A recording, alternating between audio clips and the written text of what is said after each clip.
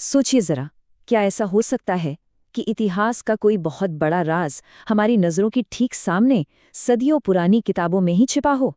एक ऐसी कहानी जो अनदेखी रह गई और बस खोजे जाने का इंतजार कर रही हो। आज हम एक ऐसे ही सवाल की तह तक जाएंगे जो सच में सोचने पर मजबूर कर देता है। और सवाल ये है कि क्या ये मुमकिन है कि पैगंबर मोहम्मद का नाम बाइबल में सदियों से छिपा हुआ था? अब इस पूरी पहेली को सुलझाने के लिए हमें चलना होगा 600 साल पीछे। और हाँ, ये सिर्फ एक नंबर नहीं है, ये एक बहुत लंबा, बिल्कुल खामोश दौर था जिसने दुनिया का नक्शा ही बदलकर रख दिया। तो चलिए, इस भविष्यवाणी के दावे को समझने के लिए सबसे पहले उस दुनिया को समझते हैं जहां से ये बात निकली, वो दौर जिसे कहते हैं 600 साल की खामोशी। अच्छा, सोर्स के मुताबिक इस दौर के लिए एक बहुत पावरफुल अरबी शब्द है, अल-फित्रा। अब इसका मतलब सिर्फ एक गैप या इंटरवल नहीं था। नहीं, ये वो गहरा एहसास था जब लोगों को लगा कि ऊपर से कोई मार्गदर्शन, कोई डिवाइन गाइडेंस आ ही नहीं रहा। ये टाइमलाइन देखिए, ये पैगंबरों की एक पूरी लेगेसी दिखाती है। प्रॉफिट इब्राहिम से लेकर मोसेस और फिर जीसस तक, ये सब आइज़ेक के वंश से थे। लेकिन फिर अचानक 600 साल की एक लंबी अजीब सी खामोशी छा जाती है, और इस खामोशी के बाद इश्मेल के वंश से प्रॉफिट मोहम्मद का आगमन होता। अब जरा उस जमाने का माहौल समझिए। दुनिया पर रोमन एम्पायर का जुल्म था, लोग परेशान थे। और सोर्स बताता है कि इसी जुल्म और तकलीफ के बीच बहुत से यहूदी और शुरुआती ईसाई बेसब्री से एक मसीहा का, एक बचाने वाले का इंतजार कर रहे थे। कोई जो उन्हें आज़ाद कराएगा, कोई जो एक नई उम्मीद लेकर आएगा। पर बात सिर्फ रूहानी खालीपन की नहीं थी। नहीं, सोर्स इस दौर को एक और नाम देता है, जाहिलियत, यानी अज्ञानता का युग। और ये वो दौर था जब समाज में हर तरफ अफरा तफरी और नैतिक गिरावट थी। और हाँ, यहाँ एक बात साफ समझना जरूरी है, जाहिलियत का मतलब ये नहीं था कि लोग पढ़े लिखे नहीं थे। बिल्कुल नहीं। इसका मतलब था एक मॉरल डाउनफॉल, एक ऐसी हालत जब समाज सच और उसूलों को छोड़कर बस अपनी ख्वाहिशों और ईगो का गुलाम बन गया था। आपको एक कहानी सुनाता हूँ जो उस दौर की हताशा और गिरावट को दिखाती है। सोर्स में बनु हनीफा कबीले का एक हैरान करने वाला जिक्र है। हुआ ये कि जब अकाल पड़ा तो उन्होंने खजूर और मक्खन से बनाए अपने ही भगवान को खा लिया। जरा सोचिए, हालत किस हद तक बिगड़ चुकी थी। एक और हैरान करने वाली प्रथा थी नंगा तवाफ।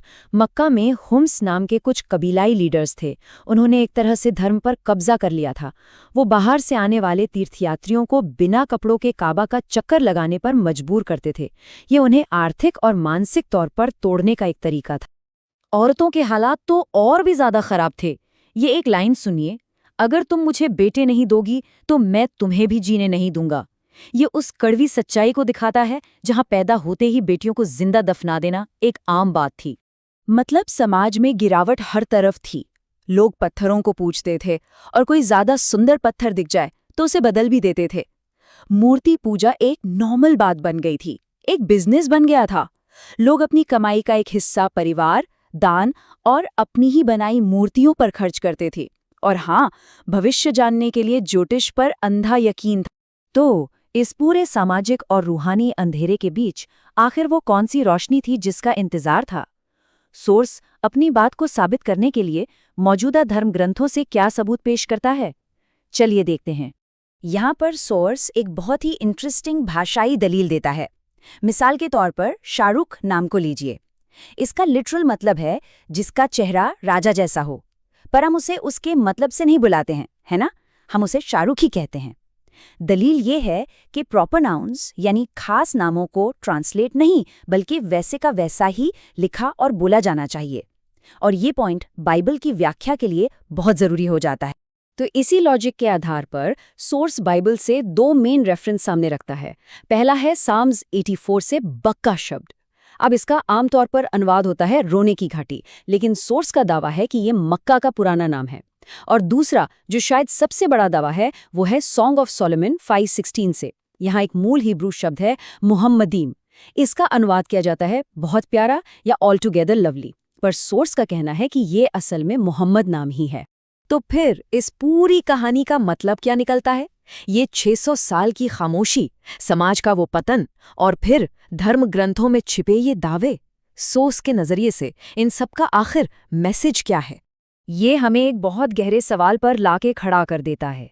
क्या ऊपर वाले की खामोशी का मतलब हमेशा उसकी गैर मौजूदगी होता है, या क्या ये किसी बहुत बड़ी तैयारी का हिस्सा भी हो सकता है? देखिए, सोर्स का तर्क ये है कि ये अल फितरा का दौर बेवजह नहीं था। ये एक तरह से तूफान से पहले की शांति थी। इसका मकसद इंसानियत को ये दिखाना था कि बिना गाइडेंस के वो कितना नीचे गिर सकती है, ताकि जब कोई नया संदेश आए तो लोग उसकी अहमियत को समझें और उसके लिए तैयार हों। और इस पूरी बात को हम सोर्स के एक बहुत ही पावरफुल कोट के साथ खत्म करते हैं। कुछ अंधेरा माँ के गर्भ जैसा होता है। ये तुम्हारे अंत का नहीं, बल्कि एक नई सुबह की शुरुआत का संकेत देता है। ये एक ऐसी सोच है जो हमें इस सवाल के साथ छोड़ जाती है कि क्या इतिहास के सबसे मुश्किल और अंधेरे पल भी किसी बड़े मकसद का हिस्सा हो सकते हैं।